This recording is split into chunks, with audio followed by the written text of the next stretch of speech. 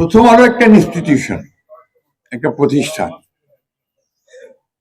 বাংলাদেশে সত্যিকার অর্থেই সাংবাদিকতাকে একটা মাত্রায় নিয়ে যাওয়া, এটা একটা আন্তর্জাতিক মানের সঙ্গে তুলনা করা যায়, এই মাত্রায় প্রথম আলোই নিয়ে গেছে।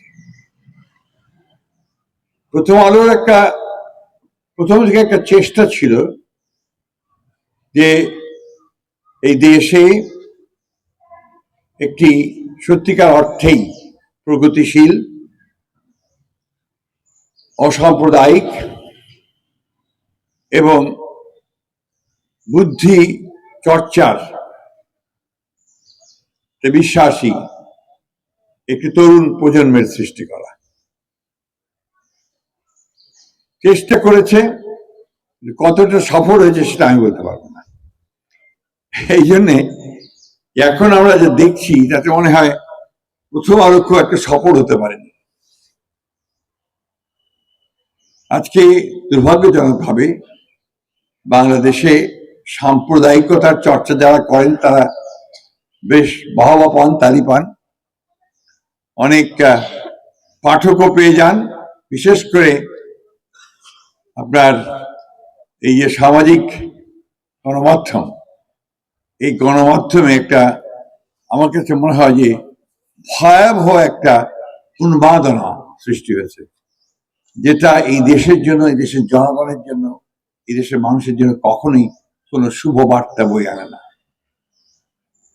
আমরা সবসময় মনে করি, আজকে এখানে একটা ছবি আছে, ভারতর নয় শরণার্থী, হাজারো অসত্যের ভিড়ে সত্যি বড় একা। এই ছবিটা সম্ভবত রোহিঙ্গাদের ছবি, আমার যতদূর চেহারা দেখে মনে হচ্ছে। যে এই ছবিটার সঙ্গে আমরা পরিচিত।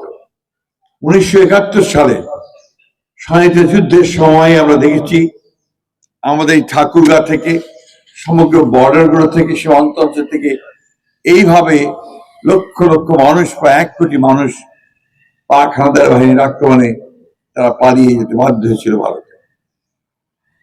তো বাংলাদেশের ইতিহাসটাই হচ্ছে আপনার অভ্যুত্থান ইতিহাস। বাংলাদেশের ইতিহাসই হচ্ছে প্রতিরোধের ইতিহাস। বাংলাদেশের ইতিহাসই হচ্ছে অন্যায়কে মেনে না নেওয়ার ইতিহাস। এই বোধটা আমাদের সকলের মধ্যে সৃষ্টি করতে প্রথম আলো আমাদেরকে সাহায্য করেছে, এ ব্যাপারে কোনো সন্দেহ নেই। আজকে খুব খারাপ লাগে, দুঃখ, আমি জানি আমার এই কথাটা অনেক বিরূপ সমালোচনা হবে, তারপর বলতে আমার দ্বিধা নেই, আমার সাহসের কোনো অভাব নেই। যে আমাদেরকে এই দৃশ্য দেখতে হয় যে মত প্রকাশের জন্য, স্বাধীনভাবে মত প্রকাশের জন্য প্রথম আলোর যে কার্যালয় ঘেরাও করা হয়, পুড়িয়ে দেওয়ার হুমকি দেওয়া হয়, এই বিষয়গুলো কিন্তু বাংলাদেশের সঙ্গে সাজে না, মানায় না। এটা বাংলাদেশের আত্মার প্রতিনিধিত্ব করে না।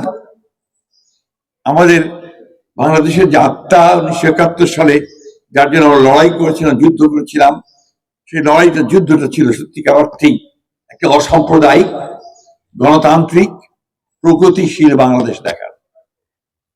আমি এটুকু খুব জোর গলায় বলতে পারি যে আমি এখনো সেই পথেই আছি, এবং আমরা বাংলাদেশের মানুষ, আমরা 90% মানুষই আমরা সেই পথেই আছি।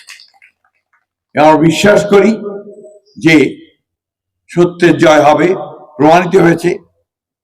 একজন ফ্যাসিস্ট শাসক দীর্ঘকাল ধরে চেষ্টা করেছে গণতন্ত্রকে ধ্বংস করে দিয়ে, গণতান্ত্রিক প্রতিষ্ঠানগুলোকে ধ্বংস করে দিয়ে একটা একদলীয় শাসন ব্যবস্থা চাপিয়ে দিতে ব্যর্থ হয়েছে।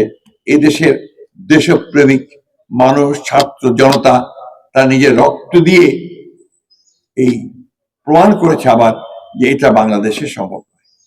আমাকে আমন্ত্রণ জানানোর জন্য মজিবুরকে আন্তরিকভাবে ধন্যবাদ এবং কৃতজ্ঞতা জানাই। একটা জিনিস আমাদের সবাইকে মনে রাখতে হবে, আজকে এই মুহূর্তে সেই কথাটা বলা প্রয়োজন বলে আমি মনে করছি, যে সামনে আমাদের গণতন্ত্রের উত্তরণের একটা সুযোগ সৃষ্টি হয়েছে। অর্থাৎ আমরা আগামী 26শে ফেব্রুয়ারি মাসে নির্বাচনে যাওয়ার একটা কথা হয়েছে। এই নির্বাচনটা বাংলাদেশের মানুষের জন্য অত্যন্ত গুরুত্বপূর্ণ, বাংলাদেশের ভবিষ্যতের জন্য গুরুত্বপূর্ণ, বাংলাদেশের গণতন্ত্রের জন্য গুরুত্বপূর্ণ।